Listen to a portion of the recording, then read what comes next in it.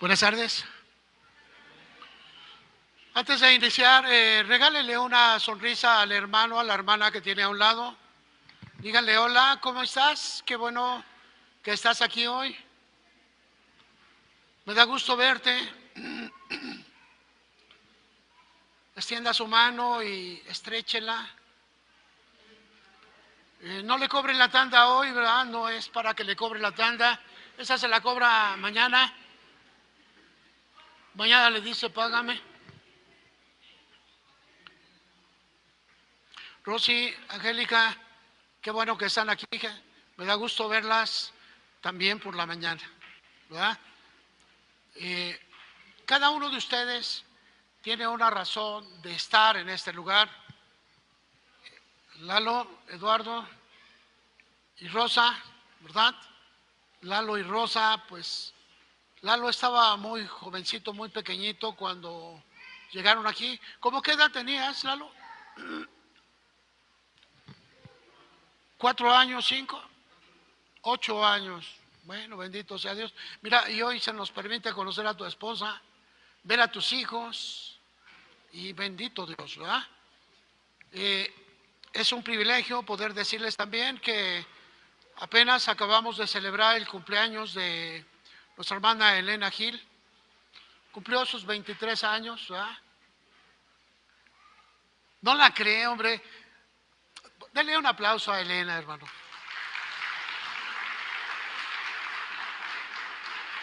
Vamos a dejarlo en 25 años.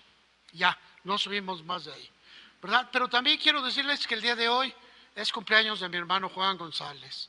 ¿Por qué no le da un aplauso?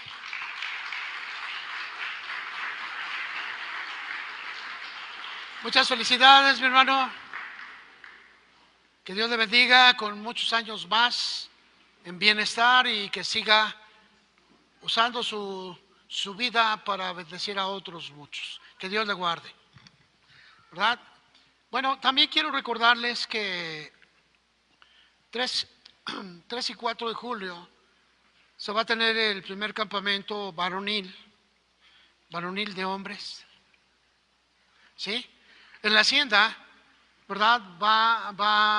Se va a tener varias actividades desde las 3 de la tarde, el ingreso de los varones, en la noche va a haber fogata, esperemos que no llueva y si no va a haber una mojada de lluvias, vamos a usar globos inflados para que en la noche se vaya usted a dormir contento, ¿verdad? Varones, es tiempo de que usted salga de su capullo y empiece a caminar en una dimensión completamente diferente para poder tocar a nuestras hermanas, para poder tocar a nuestras casas, a nuestras familias, para poder dirigirlas a los pies del Señor, tomando la responsabilidad que nos corresponde.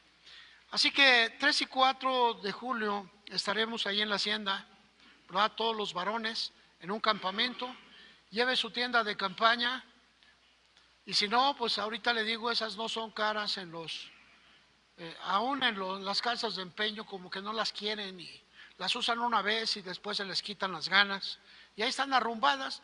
Cómprese una y bueno, pues recuerde que se va a estar a la intemperie y bueno, la idea es que se conviva de diferentes iglesias también, ¿verdad? Tanto de esto como de la iglesia Amistad Atlacomulco.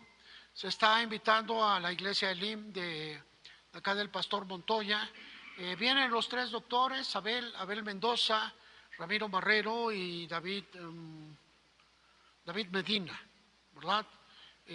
Igual, por esta ocasión se está invitando también al hermano Norberto Cortés, para que apoye, para que ponga en los varones una visión, un aspecto visionario del futuro y podamos mirar todo esto, ¿verdad? Dios mediante, ahí estaremos también compartiendo acerca de la identidad perdida para poder retomar ese punto. Así que hoy, hermano, tiene esa invitación y solo fue para recordárselo. ¿Cuántos de ustedes son caprichosos, hermanos? Yo creo que no hay ninguno, ¿verdad? No hay caprichosos. Me encontré a una personita que me platicaba y me decía que cada vez que le dice al esposo, oye viejo, arréglame la cerca, ¿no? Porque si ya se cayó, mira, no se puede sostener. Y el viejo ponía una cara así como de gendarme mal pagado y le decía, después, no tengo tiempo. El caso que después de la cerca vino la puerta, se fundió un foco y pasaban del foco de la cocina a la habitación y de la habitación a la otra habitación y pobre foco iba de todos lados. Y uno podía preguntarse, ¿por qué no se compra otros 2 focos? Oye viejo, compra 2 focos, ¿no? ¿Y yo por qué? No tengo dinero, pues tú ya sabes. Y se enojaba el viejo. Y era problema tras problema tras problema. Yo sé que usted no tiene ese problema, ¿verdad, mujer? ¿Eh? A ver, levante. No, yo sé que usted no tiene ese problema. Usted le dice al viejo, viejo, cámbiame ese cartucho que se perdió, que se fundió, y corre el viejo a cambiarlo. A ver, dígame amén. Híjoles, qué mentirosas. Ese concepto de irresponsabilidad es una cuestión que tenemos que ir normando, porque el Señor no quiere inútiles ni tampoco irresponsables. Cuando venimos a la iglesia tenemos que estar tocando esos puntos porque por la razón de que, hermano, nosotros estamos siendo formados como hijos de Dios. Y como hijos de Dios hay muchas cosas que tenemos que ir dejando, depositando en el basurero, despojándonos del viejo hombre que está lleno de vicios, ¿verdad? Y tenemos que irlo dejando atrás. Hay casas en donde no se ha pintado ni una vez. Hace 25 años pusieron los tabiques, le pusieron un repellado y dijo el viejo, después pinto. Y la casa sigue sin pintarse desde hace 25 años, ¿verdad? ¿Y qué le puedo decir, hermano, acerca de ese tipo de cosas que vamos viviendo, que parecen tan simples, nos acostumbramos, ¿verdad? ¿Por qué el viejo no ha comprado un ropero o por qué no ha hecho un closet en la casa? ¿Y por qué preferimos tener un tubo atravesado ahí con los tres pantalones y las 3 camisas que tenemos? Porque decimos no necesito más. Y nos hemos acostumbrado a una forma de someternos a un pensamiento derrotista. Dios lo llama a usted de una forma diferente. Sin embargo, amado, quiero decirle que tenemos una lucha contra nuestra propia existencia, con nuestra propia manera de vida. Muchas veces nosotros estamos encerrados en un concepto de vida terrible y nos volvemos esclavos de él. Se levanta en la mañana, ¿verdad? Empuja la puerta y no se abre porque se hinchó ahorita por el agua hasta que logra abrirla. ¿Sabe? Tan fácil es que la hubiera arreglado hace tiempo, pero se acostumbró a esa falta, se acostumbró a ese error, se acostumbró a aquellos defectos, aquellas circunstancias. Y es a través de ello como vamos perdiendo una relación preciosa con nuestro Dios. Usted tiene que cambiar su pensamiento, ¿verdad? Usted no puede ser un sacerdote si no cambia su pensamiento. Usted no puede ser un hijo de Dios si no cambia su forma de pensar. Y es aquí donde vamos a llevarle la escritura, a compartirle el alimento de Dios y dejar que Dios trabaje por medio de la palabra. Y sabe, yo quiero hablarles acerca de una historia y después voy a entrar al punto. El tema de hoy se llama el lloro y el crujir de dientes. Lloro y crujir de dientes. Muchas veces pensamos que estas circunstancias son tranquilas, pero en realidad no. Al final, cuando se da estas palabras, el Señor está hablando con un grupo de gente en medio de juicios, ¿verdad? Y dice que entonces será el lloro y el crujir de dientes. El lloro habla de la aceptación, de la resignación, de algo, de una falta de saber que merece el castigo, de saber que merece todo. Y cuando una persona lo hace, está pronta a cambiar. Por el otro lado, dice que hay un crujir de dientes. ¿Usted se ha preguntado cómo crujir los dientes? Y hablamos acerca de un coraje, de una frustración, de una indignación, de una furia que está allí. Y eso, aún en el mismo juicio, existe un reto hacia Dios.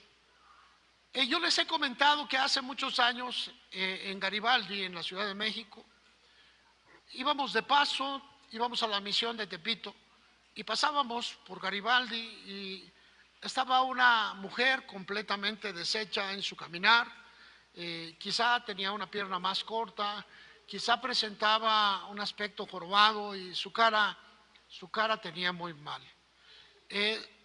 Quise hablarle de Dios y empezó a decir de groserías en contra de Dios, como no tiene usted idea. Como usted no tiene idea, empezó a ofender el reino de los cielos. Y dije, en la posición que se encuentra, dice, yo no le debo nada a Dios. Y gritaba la mujer, vociferaba. Y eso se me vino a la mente cuando estemos delante de Dios. Y algunos aún teniendo enfrente el castigo, no nos vamos a arrepentir. No va a haber cambios, culparemos a otros. Y es de este punto donde te voy a llevar paso a paso. La Escritura nos habla del lloro y el crujir de dientes. Y a veces lo traducimos desde pequeños como un capricho que va más allá de lo normal y de lo mental. Y que si no acostumbramos a enseñarle a nuestros hijos acerca de ese capricho, la furia va a crecer en ellos, ¿verdad? La indignación, el orgullo. Y van a afrentar aún a sus propios padres. Y después usted dirá, es que el niño es caprichoso. No, usted lo formó. Nosotros formamos hijos y aquí estamos formando hijos de Dios. Así que la historia que quiero llevarles es esta. Es acerca de un diácono llamado Esteban. Hechos de los Apóstoles, capítulo 7. Ahí miramos cómo este hombre compartía, predicaba, enseñaba y sobre todas las cosas hacía oración, porque era un hombre lleno del Espíritu Santo. Oraba por los enfermos y estos sanaban, echaba fuera demonios y había un mover espiritual hermoso. Sin embargo, dice la Escritura que los religiosos, ¿verdad? Los tibios, los que conocen la palabra pero no la viven, esos empezaron a rodearlo y a decirle, estás mal, estás equivocado, porque no nos obedeces, porque no te pones el paño negro en la frente, porque no tienes la palma bendita en tus manos, porque no perteneces a la iglesia donde yo pertenezco, porque no me escuchas. Y empezaron a atacarlo grandemente. Y dice la Escritura que lo arrastraron y lo llevaron al Sanedrín, al concilio. Y aquí en el capítulo 7 de Hechos, en el versículo 51, se dicen unas palabras que nos van a llevar al principio de esta enseñanza y cómo la traducen. ¿Está conmigo? Amén. En el versículo 51, Esteban está contestando y les dice, duros de cerviz. ¿Sabes, hermano? Una palabra dura para decirle a una persona que es sumamente orgullosa. Cuando usted le dice a una persona, eres el orgullo andando, eres una persona caprichosa, eres una persona vanagloriosa, ya tiene usted un problema. Y era lo que les estaba diciendo Esteban. Les estaba hablando con los religiosos, con los doctos de su tiempo. Estaba hablando con la gente de renombre que estaba establecida en el concilio. Estaba hablando con los que sabían. Les dice, ustedes son duros de cerviz. La cerviz es esta parte cervical que impide que tú puedas inclinar tu cabeza. Ellos caminaban con la frente erguida. Ellos caminaban con una altivez, con una arrogancia. Ellos caminaban como si el mundo les mereciera. Y sabes, en virtud de sus estudios, ellos pensaban que eran más que todos los demás y menospreciaban a la gente. Y Esteban les dice, duros de cerviz. incircuncisos de corazón. Ustedes no pueden hablar de fe ni de la palabra de Dios. Y de oídos les dice, ustedes siempre resisten al Espíritu Santo como sus padres, así también ustedes. Y los pone en el nivel de aquellos hombres que persiguieron a los profetas, que los mataron, que siguieron a Jesús y que lo llevaron a la cruz. Los pone en ese nivel, les dice, son tan caprichosos que no pueden escuchar lo que la palabra de Dios dice. Son tan orgullosos que no entienden lo que se les enseña cada día. Y les dice en el versículo 52, ¿a cuál de los profetas no persiguieron sus padres? Ustedes se jactan por la religiosidad, por el conocimiento. Ustedes se jactan, pero no tienen ningún cambio.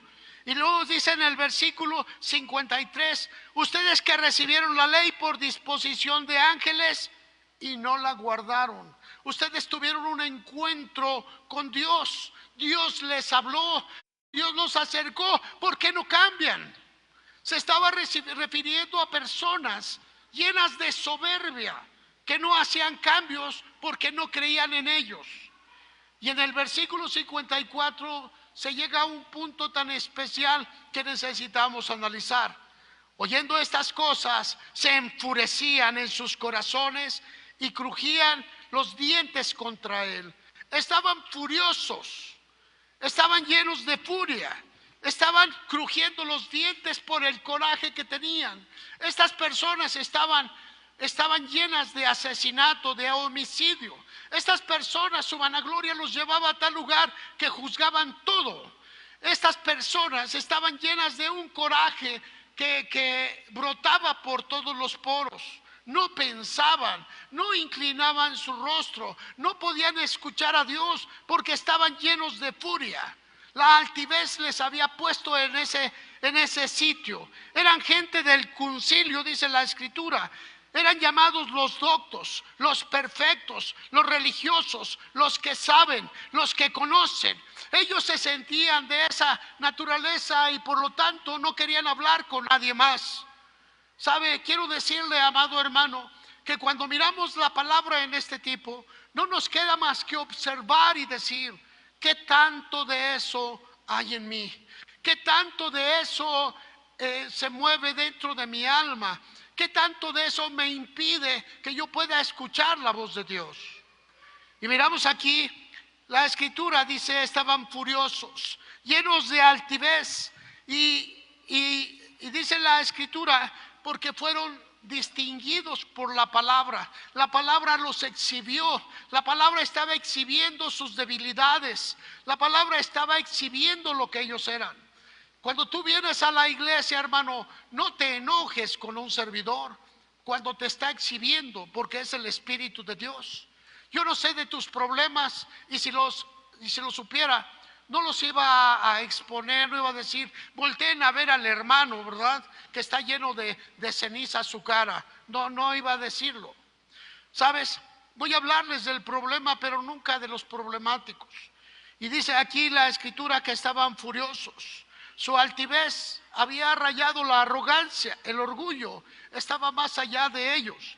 Y solamente el instinto asesino. ¿Cómo es posible que tú estés desconociéndome? ¿Cómo es posible que tú me estés señalando? Le decían a ese diácono, le decían a Esteban. Y Esteban seguía hablando, incircuncisos de corazón. Ustedes no tienen ni una pizca de amor por Dios, no tienen ni una pizca de amor por su hermano, ¿verdad? Y esto es algo que el Señor nos culpa a muchos de nosotros. Conocemos la Escritura, pero no tenemos ese rayo de luz en nuestra existencia. Todavía no hemos aprendido a amar a nuestros semejantes. Los juzgamos, los señalamos, ¿verdad? Nos mostramos altivos con ellos. Y cada día les mostramos nuestra arrogancia porque nosotros pertenecemos a la iglesia de los santos. Y sabes, es allí donde dice este diácono, les dice insensibles, incircuncisos de corazón. Y dice la Escritura que estos hombres estaban frustrados, estaban iracundos, muy enojados. Y sabes, quiero hablar un poquito de ese punto, de este sentimiento que está allí, que muchos de nosotros no lo sabemos o no lo queremos trabajar. Ese sentimiento que puede apartarte de la obra de Dios. Un sentimiento que destruye, que aparta, que aísla, que busca imponer su ego, su ira, su furia.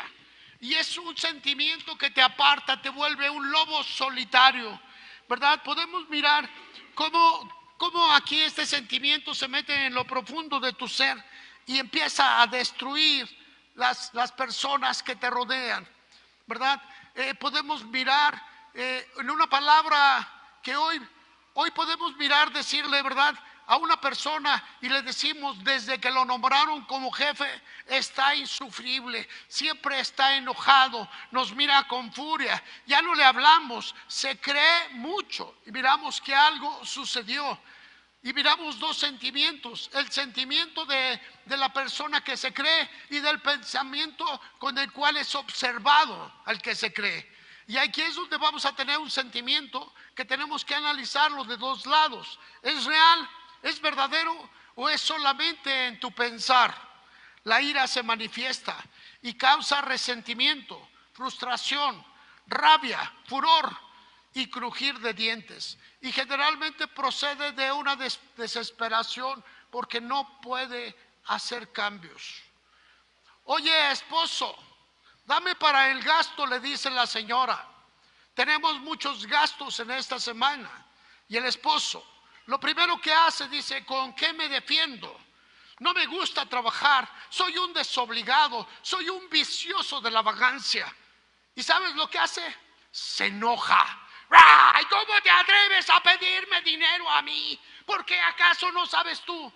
Y empieza a formar una mascarada, empieza a formar una cortina, empieza a formar su furia para erradicar el compromiso que tiene. Y sabes, podemos mirarlo en muchas maneras, como la ira va a producir, es un capricho que se enmarca en nuestra vida. Podemos mirar algunas metáforas. Por ejemplo, ¿verdad? Aquí en la escritura hay varias cosas que quiero que veas y me acompañes.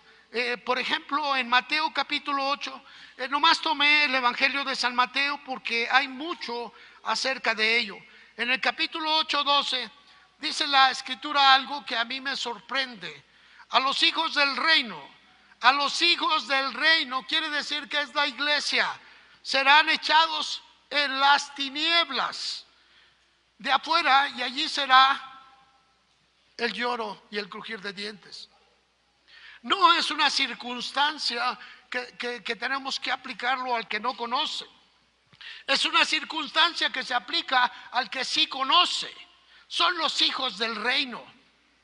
Está hablando, cuando miramos el trasfondo, está hablando con el centurión que vino a traer a su siervo enfermo y le dice: Señor, solo di las órdenes. Señor, tú eres un hombre de autoridad. Señor, tú puedes hacerlo.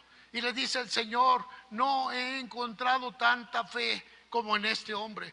Y luego hace un énfasis acerca del mover de la fe que te lleva a estar, que te lleva a buscar, que te lleva a encontrarse. Este hombre conocía a Jesús, sabía de lo que era capaz de hacer Jesús. Y sabes, él fue a buscar esa autoridad que Jesús tenía, porque lo conocía. Muchos desconocemos la autoridad de Jesús.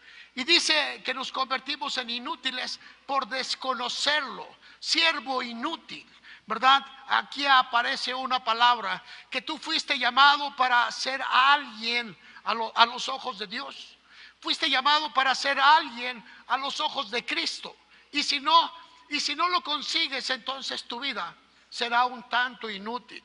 Y aquí por primera vez les dice: échenlos en las tinieblas. La palabra tinieblas habla de soledad. Fíjate cómo las personas van a estar aisladas por su gran orgullo, por su altivez. Entre más altivez y más orgullo tienen las personas, más alejadas del núcleo de la gente se encuentran. Oye, ¿por qué no te juntaste con esta persona? Ay, no, pues es que se cree mucho. Aquí ya hay una relación de separación. ¿Y por qué no platicas? Es que no se deja, es que no se encuentra. Y vemos aquí que el Señor hace un aislamiento acerca de estas personas. Y dice que en medio de todo eso hay sufrimiento, hay dolor, hay desesperación. Y sabes, yo quiero decirte todo esto para que sepas, para que comprendas lo que Dios está haciendo en tu vida, porque tú eres una persona muy importante a sus ojos, tanto que dio su vida por ti. Otro aspecto aquí lo vamos a encontrar en el capítulo 22, acompáñame.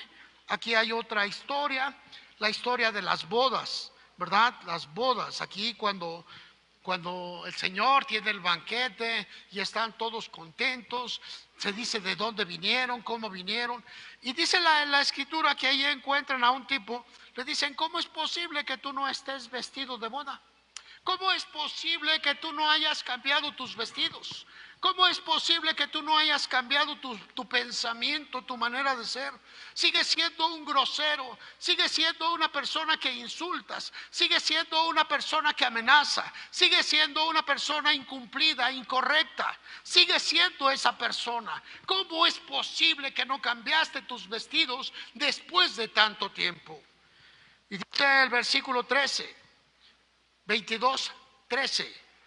Entonces el rey dijo a los que le servían, átenle de pies y manos y échenlo en las tinieblas. Otra vez aparece, pero ahora se va atado. Ahora, después de haber conocido a Dios, dice que va atado y es arrojado a la oscuridad. Esa persona que conoció en la primera parte nada más dice échenlo en las tinieblas, pero aquí dice átenlo. Aquí tiene que estar atado, inmovilizado, porque una persona que no cambia hace daño a la iglesia. Una persona que no se transforma pero está en medio de nosotros hace daño. Una persona que no cambia su manera de ser nos daña. Y dice el Señor, átenlo y échenlo al lugar de tinieblas. Y aquí por segunda vez aparecen las tinieblas para los que crujen los dientes. Ahí será el lloro y el crujir de dientes. Ahí reconocerán con sufrimiento lo que son. O seguirán encerrados en su coraje, en su furor tan intenso que crujirán los dientes. Qué terrible es todo esto, ¿verdad? Y sabes, en la última, en el capítulo 25, acerca de las 10 vírgenes, aquí en el versículo 35 dice lo siguiente, ¿verdad? Estamos hablando 25:30, perdón. Dice aquí que está hablando a las vírgenes y a las insensatas, les dice, al siervo inútil, al que no hace nada, al que viene a la iglesia y no cumple, al que viene a la iglesia y no sabe, al que viene a la iglesia y no se integra, al que viene a la iglesia dice, échenlo fuera. Échenlo en las tinieblas de afuera. Y allí será el lloro y el crujir de dientes. Las tinieblas entonces nos hablan de un sitio tan especial en donde van a caer aquellos que no cambian con su carácter. Es un sitio no presentado para ti, sino que no cambiamos nuestro carácter, no somos renovados, no somos transformados. Cuando tú viniste por primera vez a la iglesia, venías llenos de defectos espirituales todos, ¿verdad? Y esos defectos espirituales, pasando el tiempo, Dios, por medio del Espíritu Santo, estuvo trabajando en tu vida. Ya te decía, trabaja con la mentira, hazte verdadero, que seas una persona responsable, que seas una persona cabal, que seas una persona cumplida, que seas una persona santa, ¿verdad? ¿Por qué razón? Porque habías hecho un pacto. Dios, yo contigo y Dios, tú conmigo. Un pacto es, yo te doy y tú me das. Amén. Un pacto es así. Y habíamos hecho un pacto con Dios. Pongo mi vida en tus manos, a tu servicio, para que tú me des tu vida eterna. Buen cambio, ¿verdad? ¿Sí o no? ¿Sabes cuántas veces vemos aquí a personas que son furiosas pero no cambian? Quiero compartirte un ejemplo aquí en el libro del Génesis, el primer libro, capítulo 49, versículo 5. Aquí encontramos en la bendición y maldición de Jacob a sus hijos, encontramos que él hace una aseveración de dos hermanos, de Simeón y de Leví. Dos hermanos que a la postre Leví vino a ser el religioso, y de ahí vino el rumbo de los sacerdotes y de los servidores de Dios. Y Simeón vino a ser una tribu que se perdió, que fue absorbida por José. Pero fíjate lo que dice aquí: Simeón y Leví son hermanos, armas de maldad. Sus armas eran muy intrigosos, eran inteligentes, eran personas voluntariosas. Y dice: en su consejo no entre mi alma. Dice Dios, porque, y le dice también Jacob: no, yo no puedo entrar en su consejo, porque el consejo de ellos es siempre destructivo. Ni mi espíritu se junte en su compañía, porque en su furor mataron hombres y en su temeridad desjarretaron toros. Y aquí aparece una palabra que no es común: desjarretar a un toro. Una palabra que si tú la ves a través de la escritura, el rey David, cuando enfrentaba a un enemigo y lo vencía, les decía a sus siervos: desjarreten los caballos. Y la palabra desjarretar es cortarle los tendones a los caballos para evitar que sigan siendo utilizados como una arma de guerra. El caballo empieza apenas a medio caminar, aunque esté sano completamente, sus tendones ya no servían, ¿verdad? Dejaron de ser útiles para la guerra. Se convertían quizá en un animal que podía cargar pocas personas o a un peso muy limitado, y ya no servía para la guerra. Por eso los mandaban desjarretar, les cortaban los tendones. Pero dice que estos dos hombres, en su molestia, en su deseo de venganza, en su deseo, en su coraje, iban y amenazaban a personas comunes, y por su deseo de maldad les desjarretaban sus toros, que eran elementos de trabajo, les arrancaban la yunta. ¿Sabes por el coraje de un hombre cuántas cosas se cometen? ¿Sabes que un hombre encorajinado es capaz de matar a los hijos de su enemigo sin que estos le hayan hecho nada? ¿Sabes que una persona furiosa, nublada en su ira, se convierte en un elemento que el enemigo usa grandemente? Y dice aquí Jacob: yo no puedo estar de acuerdo con mis hijos, yo no puedo estar de acuerdo con sus decisiones, yo no puedo estar de acuerdo. Yo quiero preguntarte, amado hermano, ¿cómo caminas tú? ¿Cómo eres en tu consejo? ¿Cómo eres en tu vida? Quizá eres una persona llena de coraje. Quizá eres una persona llena de furia cuando las cosas no te van bien.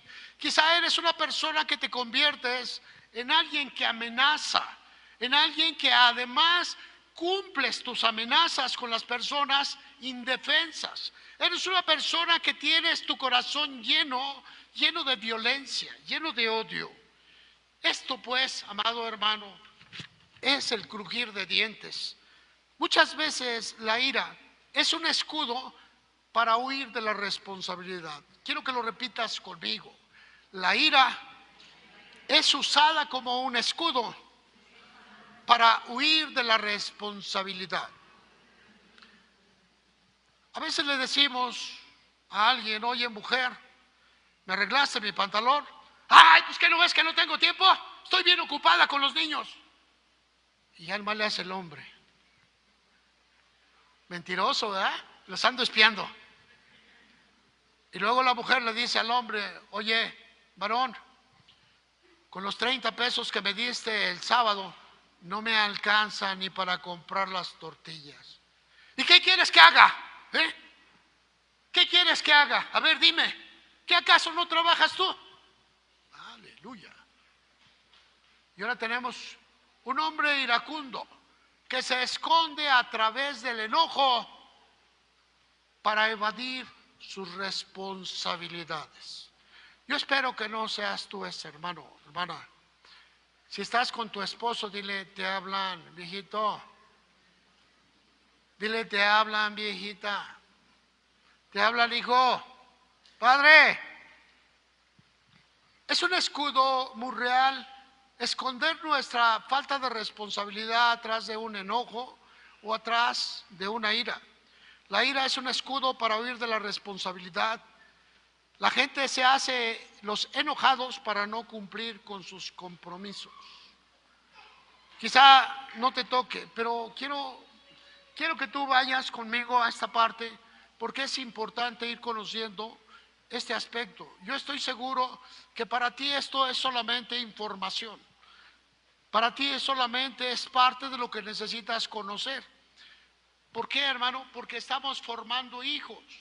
Y cuando estamos formando a los hijos, no podemos permitirles que amenacen a sus hermanos. No podemos permitirles que no cumplan sus responsabilidades. No podemos porque los estamos formando. ¿Aló? ¿Sí me escuchó? Y cuando venimos a la iglesia, yo no puedo exentar esta palabra porque estamos formando hijos de Dios, para Dios.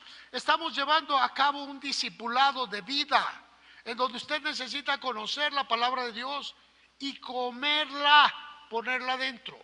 Y esto hace la transformación. Gálatas 5:19. El apóstol Pablo está aquí escribiendo en la enseñanza espiritual lo siguiente, y está llevando a cabo una enseñanza que nosotros miramos un tanto simple, pero sin embargo es una enseñanza profunda. Y en el versículo 19 dice, y manifiestas son las obras de la carne, que son, y nos empieza a hablar, nos dice, esto es lo que hace una persona carnal en diferentes cosas. Quizá usted tiene 2 partes de ella, quizá tiene 3, quizá tiene 4, pero usted está inclinado a todo esto. Usted decide a qué obedecerle y a qué no. Y empieza hablándoles de la cuestión sexual ilícita, la sexualidad que no es permitida, y empieza a hablarles acerca de adulterio. Después dice la fornicación o el enlace entre personas solteras, ¿verdad? Hoy no necesitan ser de sexos opuestos. El día de ayer la abominación de Atlacomulco se manifestó y está empujando por hacerla aquí en San Felipe, la manifestación gay o gay, homosexual, lésbico, LGTB con todas las T's, ¿sí? Sodoma y Gomorra apuntados en una lucha en contra de Dios. Dios, no estoy conforme con lo que tú hiciste con mi vida. Es el primer reclamo que una persona homosexual le hace a Dios. Y de ahí sale todo lo demás. Manifiestas son las obras de la carne, que son adulterio, fornicación, suciedad, lascivia. Aquí puede meter usted pornografía.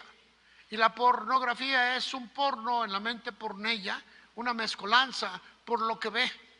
Videos, revistas y hoy hasta declamaciones, hoy palabras, etcétera.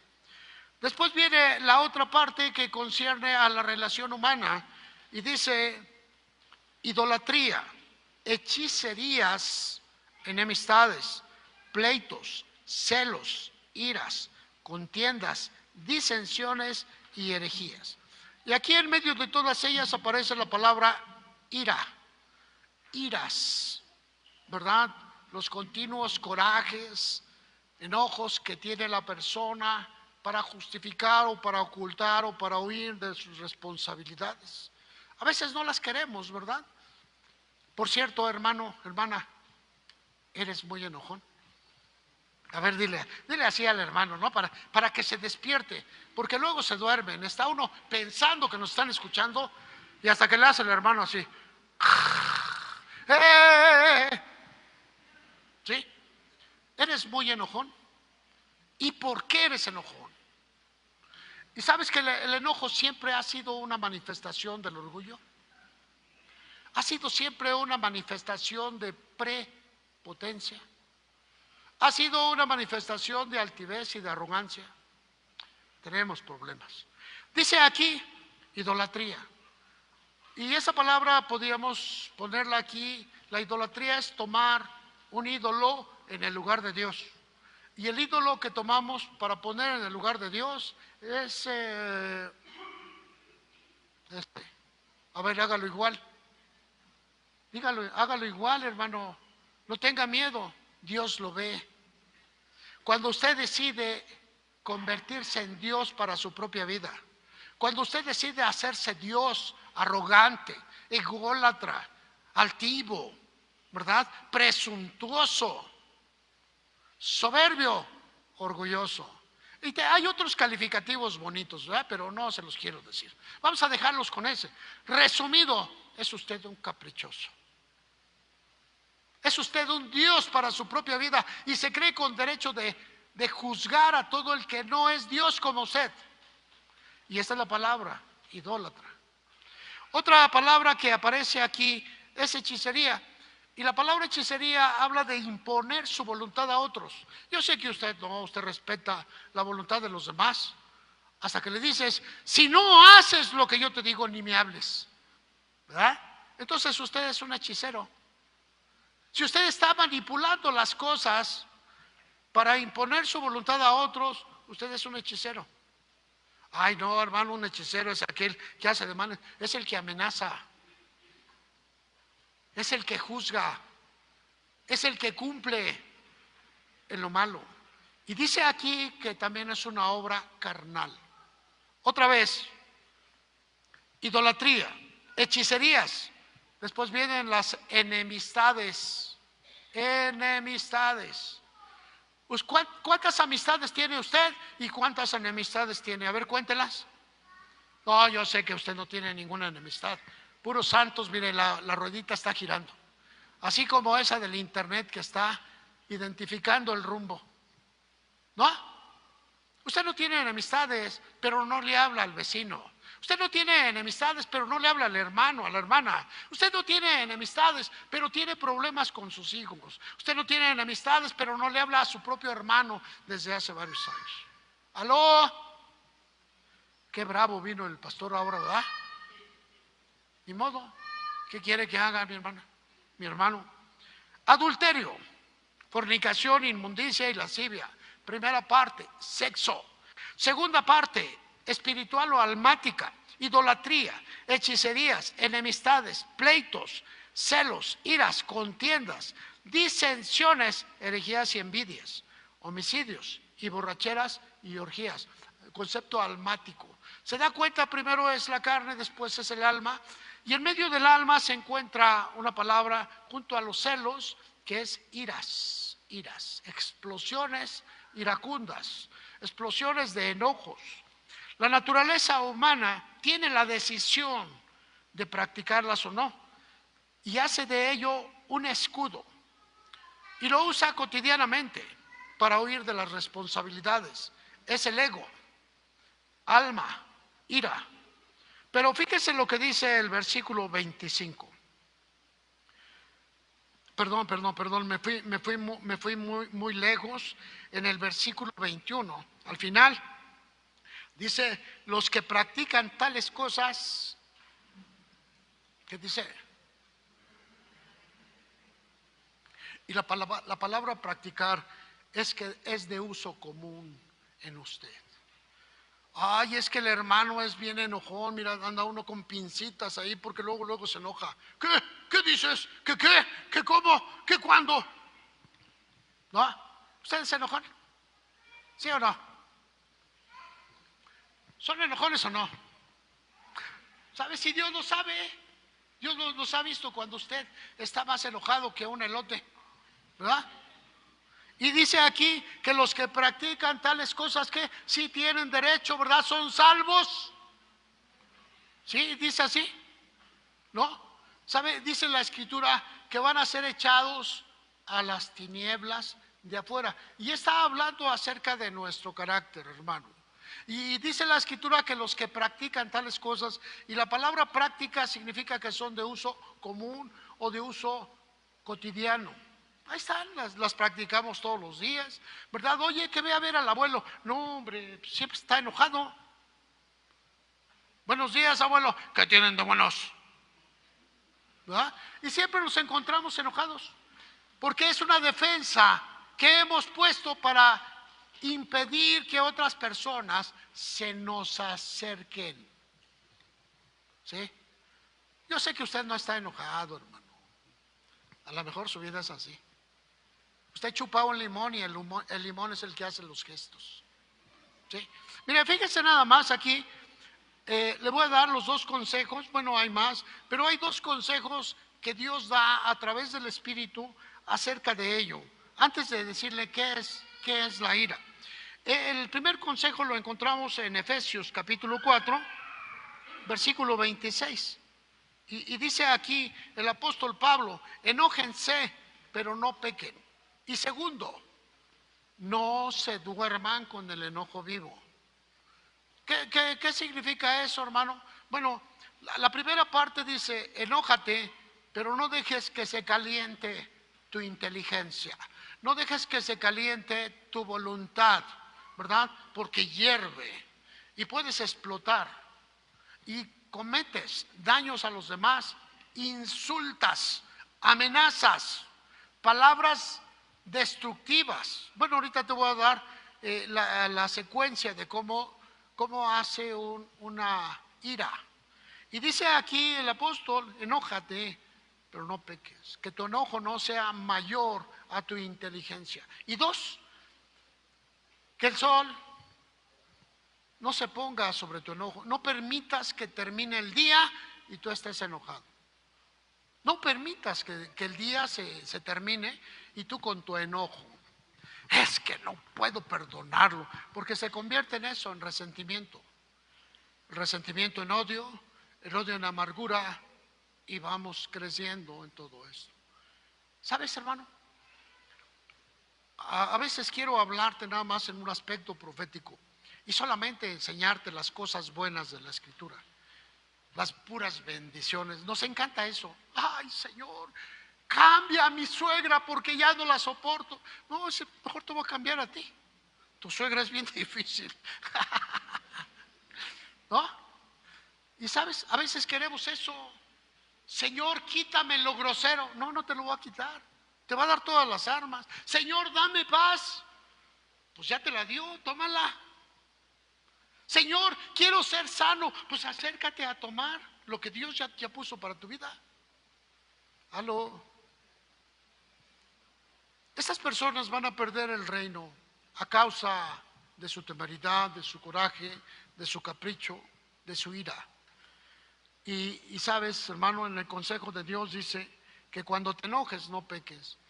Un día el Señor Jesús se enojó porque el templo de Dios estaba lleno de animales y parecía un mercado. Aquí le compramos las monedas más baratas, tenemos borreguitos, tenemos corderos, tenemos ovejas para el sacrificio, gallinitas, aves. Y dice el Señor: no oigo oraciones, solamente comercio. No oigo clamor, solamente ventas. Y dice que agarró, se quitó un cordel que tenía en el cinturón. Era un cordel, pues ligero, ¿verdad? Y dice que empezó a golpear a los animales y a volcar las mesas. ¿Por qué? Porque tenía derecho. Porque las personas todas estaban en una forma ilegal. Le daban su mordida al sumo sacerdote. Le daban su mordida al guardián del templo. Y sabes, el lugar que era un lugar de oración, era un lugar de comercio. Oye, hermano, fíjate que vendo Tupperware, ¿verdad? ¿Cuántos te voy a dejar? No, espérate. ¿Vienes a hacer oración o vienes a hacer negocio? Porque hay personas que no vienen más que para hacer negocio, ¿verdad? Espérate, déjame ir a cobrarle al hermano, a la hermana. Oye, hermanita, esta semana me vas a dar el abono. Oye, ¿vienes a hacer oración o vienes a cobrar? Y de repente rompimos. Dice la Escritura: échenlos a la oscuridad de allá afuera. Le dice a los ángeles: enójense, pero no pequen. En la primera parte, enojarte, puedes hacerlo, es una emoción de frustración. Es una emoción de enojo, ¿verdad? Sin embargo, no puedes participar de todo lo que sigue: el rencor, el odio, la amargura. y todo el aspecto frustrante que conlleva. Santiago, ¿verdad? Santiago, en el capítulo 1 nos enseña lo siguiente, en el versículo 19, dice: mis amados hermanos, todo hombre y toda mujer también, cámbienle porque es un término genérico, dice: sea pronto para oír, tardo para hablar y tardo para enojarse. Y la palabra enojo es mucho, ¿verdad? Habla de ira en grado máximo. Entonces dice que seamos prontos para oír. No te enojes si no has escuchado.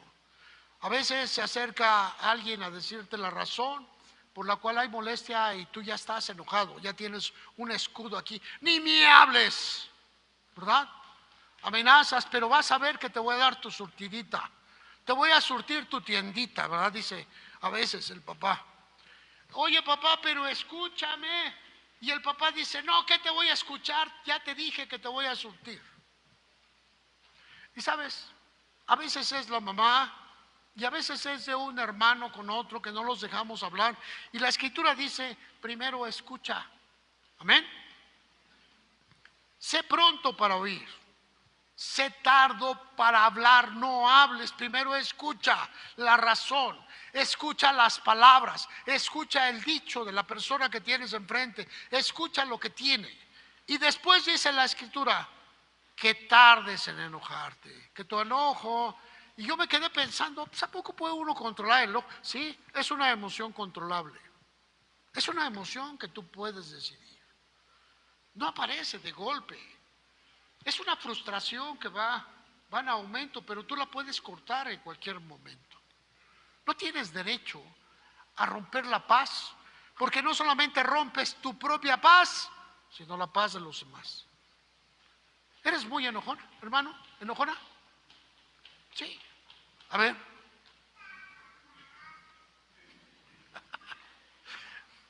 ¿Eres muy enojona? ¿Sí o no?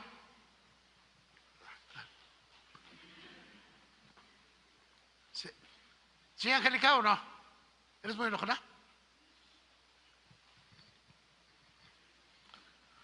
¿Sabes? Dice la escritura que controlemos, que le digamos a esas emociones: tranquila, serena, morena, cálmate.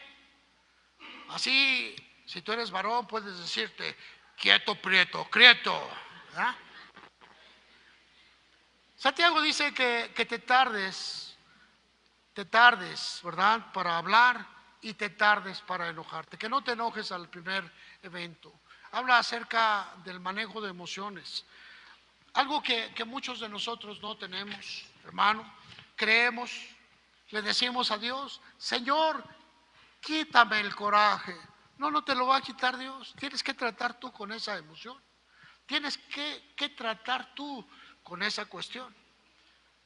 Cuando empezamos a observar esta emoción, ¿verdad?, que se caracteriza por un sentimiento de indignación, de enojo, y a veces presenta razón o también puede estar sin razón, producto de un engaño. Por eso dice que el corazón es más engañoso que todas las cosas.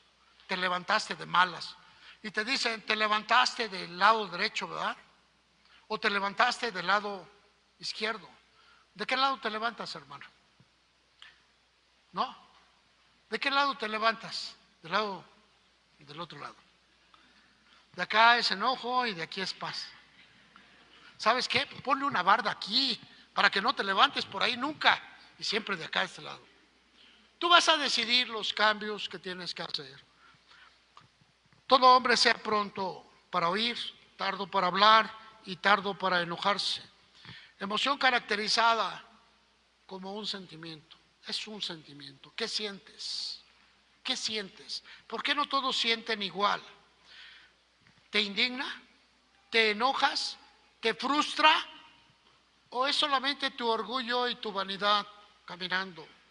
¿Cómo me lo hacen a mí que soy yo? ¿Verdad? Como si fueras Dios. Y esa es la idolatría.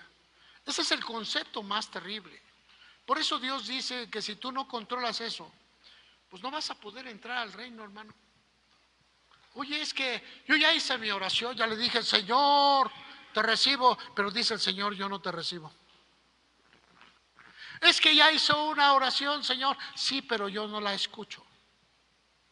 Ahora dice aquí, generalmente surge por la percepción que tenemos de algún evento, por algún motivo que nos está indignando o frustrando o un pensamiento que quiere pelear. ¿Me explico, hermano? Tú piensas que tienes la razón y quizá la tengas, pero es tu percepción. Hay otra percepción del otro lado. Mira, hay un Proverbios 29, 22, Proverbios 29, 22, ¿verdad? Ya sabes que me encanta darte mucha escritura y que la escritura te hable. Dice, el hombre iracundo levanta contiendas y el furioso muchas veces peca, pero enseguida te empieza a hablar acerca de la soberbia, porque es característica de lo mismo. Es lo mismo. La soberbia del hombre le abate, pero la humildad, el humilde de espíritu sustenta la honra. Y te vas dando cuenta que entre más orgulloso, más lleno de coraje, más lleno de capricho, más lleno de ira. Apenas te nombraron jefe y ya te sientes como el dueño de la empresa. ¿Sí? Apenas te nombraron supervisor y ya te sientes el mandamás de la gente. ¿Cómo te sientes? ¿Quién eres? Y esta es una parte bien especial. El apóstol nos enseña acerca de la condición de nuestra carne. Todos nacimos con eso. Por eso vemos desde chiquitos los niños, ¿verdad? Los niños, hay algunos niños que apenas van caminando y son bien corajudos. ¿Por qué? Porque ahora los padres tienen que enseñarles a controlar ese tipo de cosas. Ay, no, es que así es su carácter. No, el carácter es golpe, el carácter es sello, el carácter es una superficie alterada. Por eso se llama carácter. Las letras que se forman por un carácter son letras que se levantan, son prensadas. Y sabes, tu carácter proviene también de un golpe. ¿Qué tipo de golpes afectan tu carácter? Hay muchos golpes que van afectando tu carácter. ¿Te hacen altivo o te hacen cobarde? Yo no soy ningún cobarde. ¿Por qué no le has dicho a tu suegra que ya no se meta en tu vida? ¿Qué culpa tienen las suegras, eh? ¿Sí o no? ¿Por qué no le dices al esposo o que se alinea o que le abres la puerta? ¿Por qué no le dices a la esposa que tome su lugar? ¿Sabes por qué, hermano? Porque eres cobarde. Ay, es que no me gustan los problemas. Ese es el punto. El cobarde es alguien que no quiere enfrentar la vida con sus consecuencias. Hay cosas que no quiere enfrentar. Bueno, no enfrenta a sus hijos cuando sus faltas. Le dicen a la mujer, arréglalo tú, mujer. Y no es porque el hombre esté muy acá, lo que pasa es que no quiere enfrentarlo. Y después se queja de que le quitan la autoridad. Es que la mujer no me deja hacer. No, pues tú se la dejaste. Qué bonito es cuando el esposo le dice, oye, esposita mía, ¿puedo salir en la tarde a ver a mis cuates?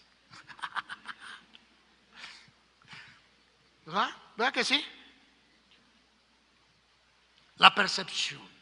La percepción del capricho es una percepción muy loca, hermano, que tenemos que ponerle atención. Nos frustra, ¿verdad? Nos crea contiendas, peleas, luchas, pecados. Pero dice que al final va a provocar destrucción. El libro de los Salmos en el capítulo 37 o Salmos 37, en el versículo 8, dice que dejes la ira y desecha el enojo. Te dice que es su responsabilidad. Es como un uniforme viejo, es como un pensamiento que tú tienes que cambiar, es como una cuestión que tienes que dejar a un lado. Dice, deja la ira y desecha el enojo. No te excites en manera alguna a hacer lo malo. No permitas ser esclavo de lo malo. ¿Por qué, hermano? Nos enojamos porque creemos que somos Dios. Y cuando llega la ira, vamos hasta un extremo. La ira tiene 3 manifestaciones. Escúchame, puedes tomar nota si quieres. Tiene 3 manifestaciones la ira o el enojo profundo. El primero de ellos es pasivo. Diga, pasivo. ¿Por qué es pasivo? Bueno, porque está reprimido. Son las personas que no hablan, tuercen los dientes, los aprietan, cierran los ojos, pero tienen la boca callada, no dicen nada. Esto es una ira pasiva. A veces utilizan un poco de sarcasmo. Oye, hijo, ¿qué te pasa? Nada. ¿Cómo te puedo ayudar? No tengo nada. Ah, aleluya. No, hermano, no te ando espiando, ¿eh? Tampoco me vinieron con el chisme. Eres tú y Dios. Entonces la ira pasiva es una ira o un enojo reprimido que se niega. Sin embargo, muchas veces utiliza los sarcasmos para poderse mostrar. Ataca, señala, objeta, pero no se reconoce. ¿Cómo es tu ira, hermano? ¿Eres uno de corajes pasivos? Esos que plantas una trompita así como de aquí hasta acá, ¿eh? Y caminas así. ¿Qué te pasa? Nada. ¿Qué te sucede? Nada. Oye, pero si tu ademán, tu espíritu me está diciendo que algo está mal, no pasa nada. ¿Cómo no va a pasar nada? Y dice que tu ira te está dañando, te está provocando, te está frustrando, te está indignando, te está haciendo un hijo del diablo. Y dices que no pasa nada. Dice aquí en ese aspecto, hermano, no lo detengas, di lo que te molesta. Porque un espíritu de cobardía no quiere que hables. Un espíritu de cobardía quiere que te mantengas con la boca cerrada hasta que se provoque en ti el rencor, la amargura, la tristeza, la ansiedad, que se provoque en ti esa enfermedad espiritual que no queremos que llegue. Ira o enojo pasivo. Primero, dos,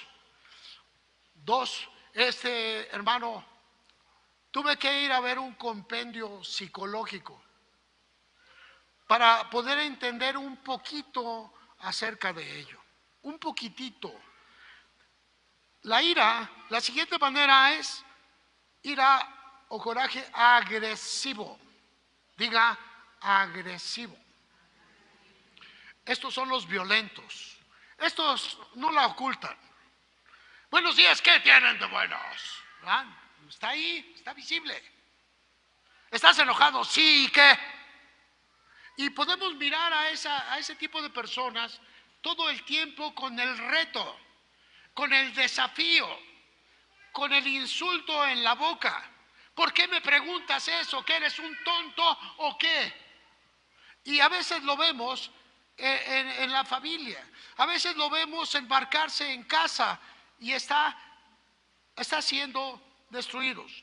La ira agresiva es violenta, grita, amenaza, insulta y todo el tiempo trata de destruir. Aquí dentro de la iglesia ya están mirándose unos a otros. ¿Quién es? ¿Quién es? Tenemos al señor Contreras. ¿Quién es el señor Contreras? El que le dices, vamos a pintar de rojo y 5 dicen de rojo, pero el señor Contreras dice de azul. ¿Y sabes? Ya provocó una división. Hermanos, vamos a caminar para allá, pero el señor Contreras dice, no, vamos para acá, de este otro lado. Ya provocó una división. Entonces esa ira, ese coraje, los vemos manifestados en un aspecto destructivo. Diga, destructivo. Ira pasiva, ira agresiva. Tercero, la ira asertiva. Esta ira es la mejor porque el enojo se diluye. Y tenemos que presentarle y decirle a la persona, oye, ¿por qué estamos enojados? ¿Qué y cuál fue el enojo que nos está separando? Oye, ¿por qué ya no me hables? Oye, ¿por qué te has alejado de mí? Y si vemos a la otra parte que también es asertiva, se puede hablar y arreglar, es que yo creí que, y aquí es donde vemos el sentimiento, lo que yo siento, aunque no sea verdad, y lo que siente la otra parte, aunque sí sea verdad, pero se puede construir. Ira o enojo pasivo, ira o enojo agresivo, ira o enojo asertivo, que se puede discutir y se puede arreglar. Perdón, ¿ya se cansaron? Que ya casi termino a la introducción. Aleluya. ¿Ya te cansaste, Angélica? ¿Sí? ¿Ya te cansaste o no? ¿No? Gloria a Dios. Vamos a seguirle. Podemos mirar cómo el Señor trajo estas partes y nos habló a raíz, hay 5 parábolas, en donde Él habla acerca del lloro y el crujir de dientes. Y sabes, está hablando acerca de esta cuestión, el carácter, la subestimación del hombre, cómo podemos mirar las cosas, el orgullo. ¿Sabes que hay un orgullo que llega aquí? ¿Sí? Así cuando tú caminas y te sientes más grande que los demás. ¿Sí? ¿Sí los has visto? ¿O conoces a alguien? ¿Lo has visto por un espejo? ¿Sí o no? ¿Sí? Cuando vas al espejo y le dices, ya te vi, rufián. ¿No? Pero existe otro nivel. Los que están abajo del nivel. Esos orgullosos que lloran. Ay, ¿por qué me dices eso? Los que se escudan atrás de las lágrimas. Los que lloran antes de resolver el problema. Los que no enfrentan las circunstancias. Solo lloran. Están huyendo. También es orgullo. Porque es su responsabilidad. Orgullo arriba. Orgullo abajo. ¿Cuál es el tuyo? Dicen, ay, es una mujer abnegada. No es cierto, es una mujer tonta. Aló. Ay, el pastor está diciendo eso, fíjate. Está cayendo de mi gracia. ¿Sabes, hermano?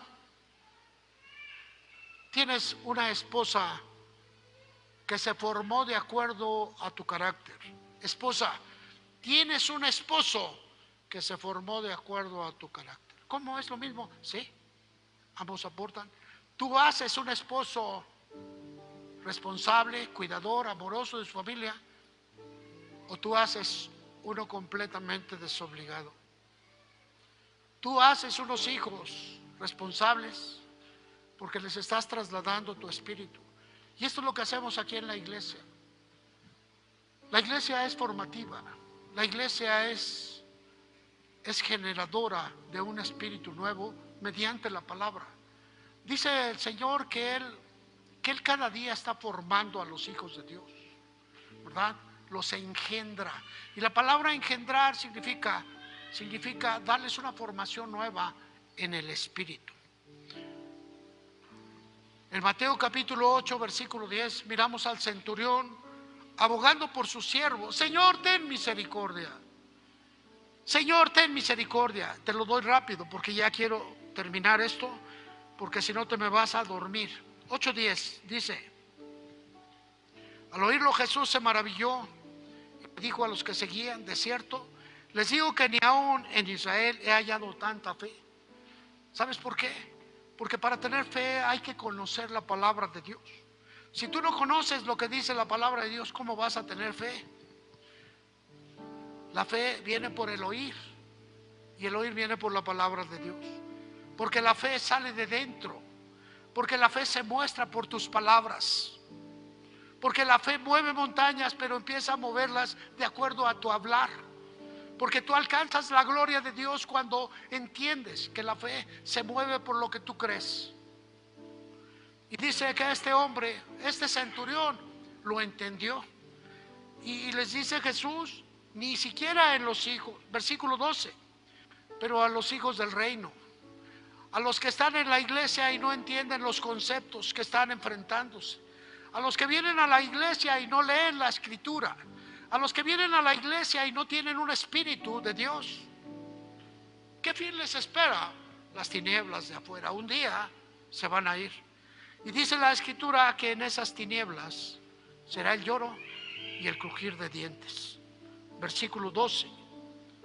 Las tinieblas, el lloro y el crujir de dientes. Dios te llamó, hermano, no para que llores, sino para que entiendas los conceptos. Él te escogió a ti porque eres un hombre, porque eres una mujer voluntariosa, porque tu corazón está apegado a Dios, por eso fuiste elegido. No fuiste elegido por tus obras, fuiste elegido por tu corazón. Pero ahora hay que llevar a cabo esa transformación. Existen 4 parábolas que llevan a este punto: la parábola de la cizaña, la red, la parábola de las bodas y la palabra de los talentos, al igual de las vírgenes. En una forma rápida, cizaña, Mateo capítulo 13, en el versículo 42. Dice, está hablando acerca de los inútiles. Dice, y los echarán en el horno de fuego. Allí será el lloro y el crujir de dientes. Perdón, esta es la cuestión de la cizaña, lo que está creciendo junto a nosotros, ese varón que nunca cambia, esa mujer que te está dando malos ejemplos a ti, pero que está en la iglesia. Dice que al final ellos tendrán un destino diferente al tuyo. Y nos dice que los justos resplandecerán porque ellos serán echados en el horno de fuego. Y ahí será el lloro y el crujir de dientes. Estos no van a la oscuridad, van al horno de fuego. Habla de la culpabilidad del hombre que conoce pero no hace. Mateo capítulo 13, versículo 50. Y aquí pasamos a otra parábola, que es la parábola de la red, donde se crean chicos y grandes. Y dice en el versículo 50, los echarán en el horno de fuego, y ahí será el lloro y el crujir de dientes. Porque en el versículo 44 dice que serán apartados los unos de los otros.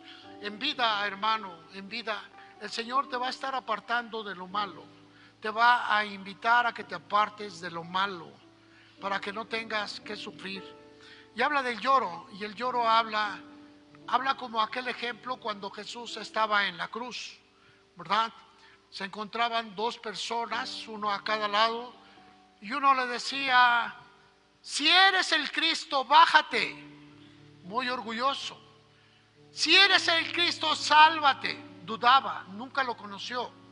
Si eres el Cristo, sálvanos a nosotros, es tu responsabilidad. El otro decía, cállate, porque somos culpables. Tú y yo estamos aquí por lo que hicimos. Y dice la escritura que volteó a verlo y le dijo, Señor, ten misericordia, ten misericordia, ¿verdad? Somos culpables. Cuando estés en tu reino, acuérdate de mí. Él pidió ese auxilio. Ese hombre seguramente al decirle acuérdate, porque lo había buscado. Acuérdate porque él entendía que había tenido encuentros de alguna manera que lo habían acercado con Jesús. El lloro y el crujir de dientes. El lloro es la lamentación porque no se tiene el tiempo, porque no se tuvo el impacto en las circunstancias. Y el crujir de dientes cuando el coraje no ha pasado. Aquí los tenemos a los 2, Mateo capítulo 22.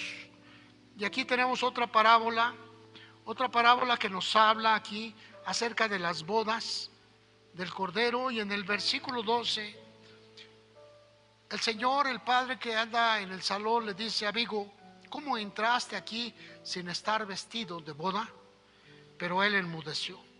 Y el rey dijo a los que le servían: amárrenle, átenle de pies y manos, échenlo en las tinieblas de afuera. Allí será el lloro y el crujir de dientes, porque muchos son llamados y pocos los escogidos.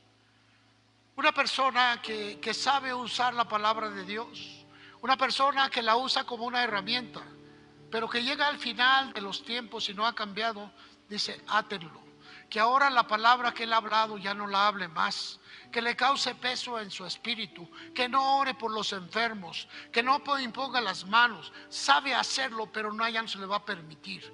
Y el hombre que sabe hacerlo empieza a apaciguarse. Ha sido atado, ya no lo buscan. Ha sido inmovilizado, ya no tiene los dones que antes tenía, porque fue atado por orden de Dios y fue echado en el lugar de las tinieblas. Ni está bien con los pecadores, ni está bien con la iglesia. Muchos son llamados y pocos. No te preocupes, hermano, yo solamente te estoy dando información. Yo estoy seguro de que tú eres el pueblo de Dios. Yo estoy seguro que tú eres esa gente que va a dar testimonio al mundo. Yo estoy seguro que Dios está tratando con tu vida en todo tiempo. Pero es necesario que tú sepas todo esto. Mateo capítulo 25 y versículo 30. Aquí hablamos de otra parábola, la parábola de los talentos, ¿verdad? Dios te hizo no para que vieras una inutilidad, no para que llegaras al final de tus días y decir: pues volteo a ver los años de mi vida y decir: no hice nada. Se te diluyó en tus juegos, en tu irresponsabilidad. Cuando vienes a la iglesia tienes una misión que cumplir. Te convertiste en el cuerpo de Cristo para hacer milagros. Eres el cuerpo de Cristo para seguir hablando palabras de salvación. Eres el cuerpo de Cristo para echar fuera demonios. Eres el cuerpo de Cristo para dar testimonio que Cristo vive a través de tu vida. Las obras se van a replicar en tus manos, en tus pies, y muchos de ustedes van a ser llamados sacerdotes del Dios viviente. Es decir, que van a encontrar un aspecto ministerial de servicio profundo. Otros, un servicio simple. Sin embargo, siempre serás considerado sacerdote del Dios vivo para llevar a la gente a los pies de Cristo. A ver, dime amén. ¿Comprendiste esta parte? Hay una razón por la cual tú fuiste llamado. Pero dice la escritura y en el versículo 30, al siervo inútil, al que no hace nada, al que no cumple las expectativas del llamado, al que entiende la palabra pero no las obedece, al que está en la iglesia pero no hace por extender el reino. Fue considerado un sacerdote, pero no hace labor de sacerdote. Y la palabra sacerdote es un intermediario entre Dios y los hombres. La iglesia es un sacerdocio. Háblale a aquellas personas que están junto a ti, que has escuchado su necesidad espiritual, que has escuchado la ausencia de Dios en su vida. No pierdas la oportunidad. Diles que hay un Cristo vivo, que está en tu corazón, está en tu vida. No te avergüences de ello, sino habla cada día más y Dios va a utilizar tus manos y tus pies para atraer a aquellos otros. Es tiempo de que despiertes.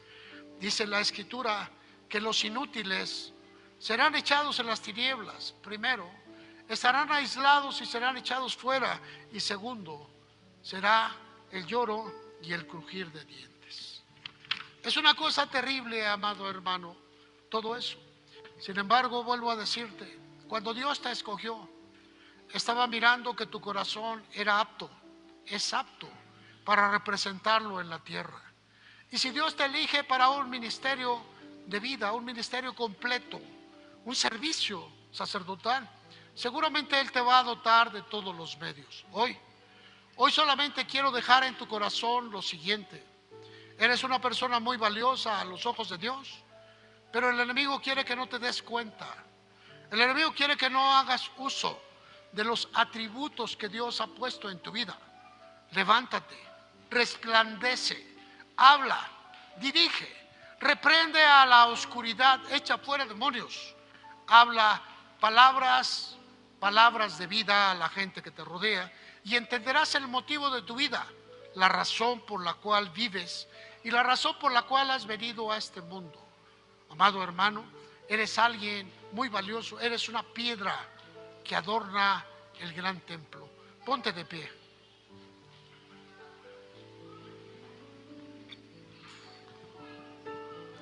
¿Estás enojado?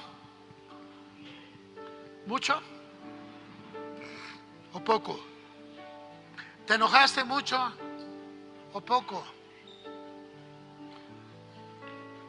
Ay, hermano, es que estas sillas me matan. Es para que no te duermas, hermano. Cierra un momentito tus ojos. Hermano, estamos llamados al amor, estamos llamados al cambio, al renuevo, a la transformación. Y ese tipo de defectos nos impiden ser un buen esposo, un buen padre, un buen hijo, un buen cristiano. Nos destruyen todo lo que somos. ¿Sabes, hermano? Doblega tu vida y ponla en las manos de Dios. Cada día le decimos: Señor, rindo mi vida y la pongo a tus pies. Cuando tú dijiste que lo recibías como el Señor y Salvador en tu vida, le dijiste que no había otro lugar para otras cosas más que solo para Él. Hoy es tiempo de que lo vuelvas a reconsiderar. Levanta tus manos. Padre, en el nombre de Jesús, en esta tarde, Señor, renuevo mis palabras, renuevo mis votos, mis promesas, al suplicarte que tú seas el Señor de mi vida, que tomes mi vida en tus manos y la compongas, la bendigas y la uses. Límpiala, Señor, para tu servicio. Úsala, Señor, en esa nueva visión. Úsala, Señor, en este tiempo tan especial en donde la maldad ha escalado todos los límites, en donde no hay nada ajeno a la oscuridad. Ayúdanos a testificar, a brillar en medio de esas tinieblas, Señor, que oscurecen nuestra tierra. Padre, misericordia. Misericordia por las personas que, conociendo tu palabra, no cambian. Y aliento y vida, Señor, para aquellos que quieren hacer tu obra. Despierta al profeta, Señor. Despierta al evangelista. Despierta al apóstol, Señor. Y nombra de entre todos ellos pastores para la grande obra que está al venir. Señor, te doy gracias por la iglesia, por cada uno de mis hermanos, que en sus luchas, Señor, han puesto su vida en ti. Que en sus quebrantos, Señor, sus lágrimas han sido un tributo a tu grandeza y a tu majestad. Es un grito de auxilio, un grito de ayuda, Señor, para su propia existencia. Hoy te ruego, Señor, por mi hermano, por mi hermana, que está viviendo circunstancias anómalas, que tiene una lucha en contra de la enfermedad, de la dolencia. Por mi hermano, por mi hermana, que está luchando, Señor, en contra de la adversidad económica y tiene grandes cargas económicas. Parece que no cambian. Despierta, Señor. Despierta en cada uno de ellos tu bendición, Señor. Las promesas que tú tienes para tu iglesia. Dales vida, Señor. Restaura sus cuerpos, Señor, enfermos. Echa abajo toda enfermedad y toda dolencia, Señor, para servirte como un testimonio vivo, como un testimonio fiel, para decirle a las gentes que tú vives en cada uno de nosotros. Hoy bendigo, Señor, esta iglesia. Hoy bendigo esta familia, Señor, mis hermanos, mis hermanas, aquellos jóvenes, aquellos niños, aquellos adultos, Señor, cada uno de ellos siempre amparados por tu gracia. Guárdalos y protégelos, Señor, y llénalos de esa fuerza que solamente emana de ti. Dale fuerzas al que está cansado. Levanta al débil, Señor. Restaura su vida. Fortalécelo, Señor, para contigo. Padre, toma las manos de ese hermano, de esta hermana que te necesita aún más que los demás, que la necesidad es tan profunda, Señor, que no puede decirte porque no lo conoce, no lo entiende.